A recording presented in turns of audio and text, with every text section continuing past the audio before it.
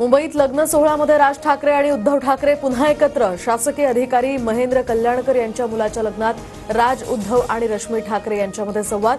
तर ठाकरे बंधूंची 3 महिन्यात ही तिसरी भेट।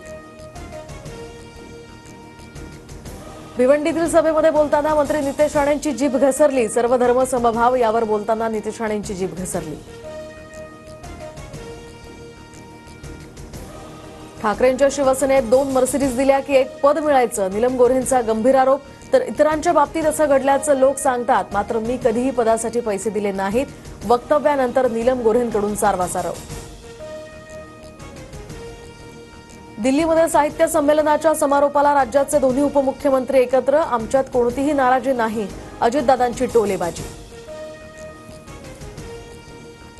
फडणवीसांच्या चेहऱ्याकडे बघून जनतेनं धनुष्यबाण आणि घड्याळाला मतदान केलं। भाजप आमदार सुरेश धस यांचं वक्तव्य।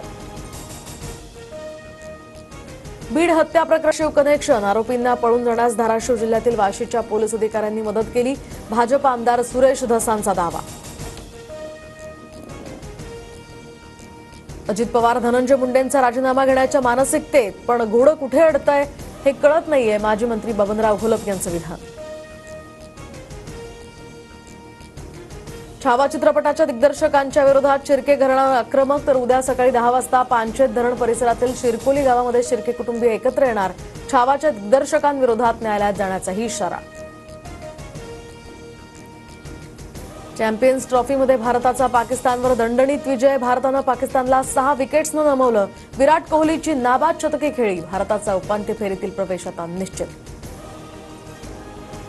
आंतरराष्ट्रीय एकदिवसीय क्रिकेटमध्ये विराट कोहलीच्या 14,000 धावा पूर्ण। 287 धावांमध्ये विराट कोहलीच्या 14,000 धावा पूर्ण।